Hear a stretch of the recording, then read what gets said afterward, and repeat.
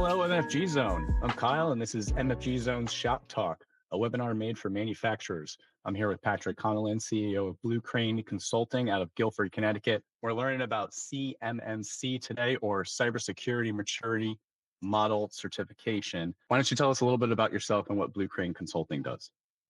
Thanks, Carl. So my consulting company offers a number of services, as you can see there. Also do work with ISO 9001 and AS 9100. Having got my ISO 9001 and AS 9100 certification, I then went and got my RP and CMMC, seeing how important it was going to be to everyone in the DIB, which is the Defense Industrial Base. And now I offer consulting services related to CMMC as well. Awesome. All right. So the million-dollar question, what is CMMC? We've talked about it.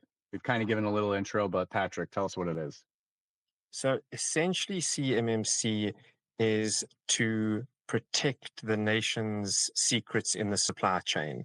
It is a certification model to ensure contractors that operate within the Defense Industrial Base implement cybersecurity practices to protect both FCI and CUI. So FCI is federal contract information, and CUI is controlled unclassified information that they may come into contact with in the supply chain. So why is it important? So essentially, what happened a few years ago was one of America's adversaries brought out a particular weapon, which looked very much like one that America had produced. And it was found that a certain nation had been stealing secrets from America. So the summarized version for CMMC is to protect those secrets moving forward to ensure something like that doesn't happen again. So whether you are dealing with a small component or a very big component, not knowing where that fits into the supply chain, it's important to protect that specific information that maybe end up in the military defense industrial base. Got it. So CMMC is a way that everybody who's working with a military contract or a defense industrial base contract will be able to be compliant and actually get those contracts. It is. And the funny thing about this is most companies don't realize that they are actually working within the defense industrial base on the simple basis that they don't know that the component that they make, no matter how big or how small. So many contractors may feel that they don't fall within the defense industrial base without realizing that they actually do fall within that category and need to be compliant. How do you know? How do you know what level of CMMC you require? So there are 3 levels, level 1, level 2, level 3.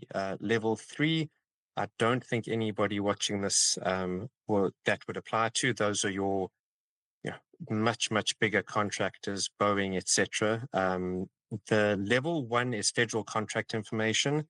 That is if you have any interaction in any way, shape, or form with the government. Level 2 is where most companies will fall, and that's controlled unclassified information. And that's essentially if you are coming into contact with drawings, engineering specifications that you cannot make on a commercial level, that you can only make for one contractor and cannot be distributed commercially, 99.9% of the time means that you will be dealing with controlled unclassified information, or CUI.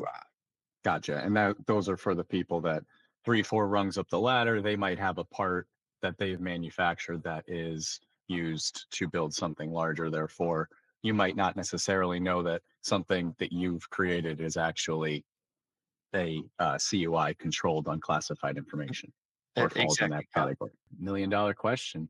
What are the costs associated with it, and does it make business sense? So can you kind of go into the cost benefit analysis? I can, and I think that's the thing that is most important to businesses. I think everybody has the idea that they have to have CMMC, and the only criteria for needing to comply with CMMC is if you want to continue doing business within the defense industrial base. And I think most businesses are wondering whether it would be of benefit to their business. So to go back to your original question, the costs can be from a level 1, say $10,000, to a level 2 up to $200,000, depending on the size of the company, depending on how you want to structure things, depending on the amount of hardware you have to have. Added to that, you then have to you have to have an assessment by a third-party assessor. That can be thousands of dollars a year. The assessor may only come every few years, once you've been assessed. But essentially, if you broke that up into a yearly amount, what you would have to budget for, it could be thousands and thousands of dollars a year. And what I have done with other clients is done a cost-benefit analysis on their business to sit there and go, if you are making $100 from the defense industrial base, but it's going to cost you $200 a year to get that $100 of business, is it worth it? And I think that's where a lot of businesses don't know where to turn. They've been told how expensive it is and that they have to have it. The other choice is that you don't have to have it, but then you cannot operate within the defense industrial base.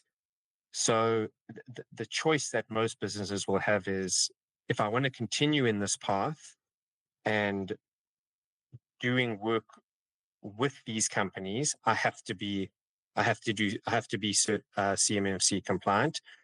The other option is to sit there and go, well, it doesn't make business sense, and we'll turn that work away and somebody else can take that work. So we won't get the income, but we also won't have to worry about the expense and all of the controls that we'll have to implement. If I'm a shop owner, I need to figure out if I'm doing any business within the defense industrial base and if I want to continue to do so. So some ways that I might be doing this is our next slide. Possible keywords to look out for. You can find these in your purchase orders. So this doesn't apply to everybody, but it might apply to you. Patrick, can you kind of take away some of the stuff that we've talked about and what I might be looking for? Yes. So these are some of the words that you can find. The difficulty that some people will have is that these are not necessarily on the first part of your purchase order. So, your purchase order might be, the PO that you receive might be one page, and then it tells you to go to a link, and, that link is now 20 or 30 or 40 different pages. And I think that's the overwhelming part with people, is that if somebody just sent them a one-page document that said you have to comply with level 2 or level 1 or level 3, it would be easy. Or if these were, highlighted on the front page of the purchase order, it'd be easy. Everyone would sit there and go, okay, we know where we stand. I think the uncertainty that most people have is that, I've got lots of clients that say, well, we know we do work with the DRB for this one client. And you say, well, what about the other 50 clients? And they say, no, we have no idea, but we know this one client does. So, does that one client justify the expense? Anybody watching this can happily go and look for those words. And if they find them, then then it's a definite that you are what level you need, level 1 or level 2.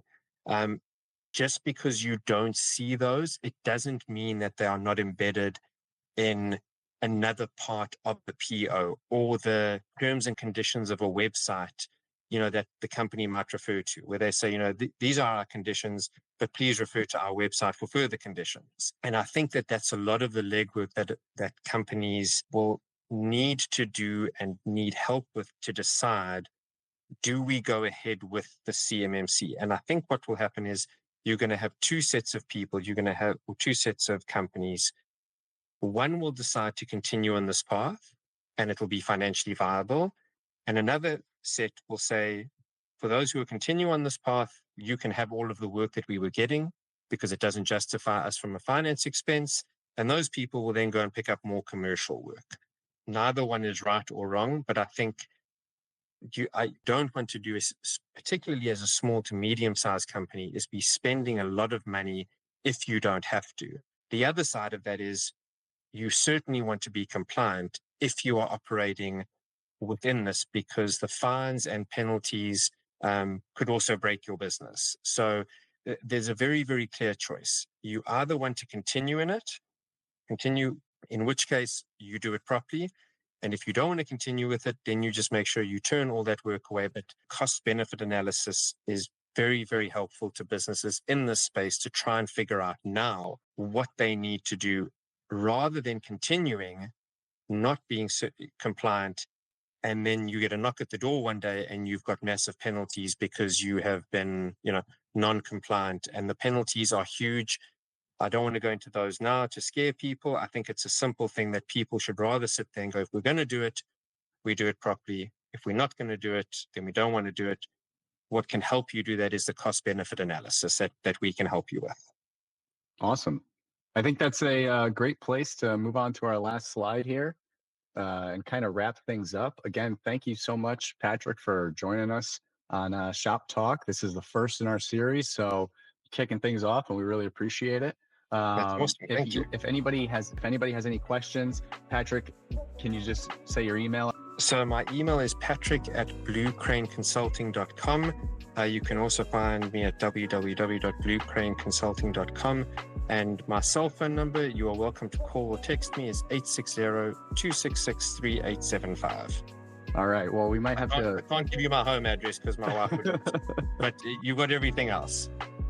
All right. Well, if this blows up, we might have to edit out the phone number, but we can leave some of the other information for you so you don't get blown up there. That's a nice problem to have. It was Shop Talk by the MFG Zone. Thank you so much. Oh, thank you. Thanks, Patrick.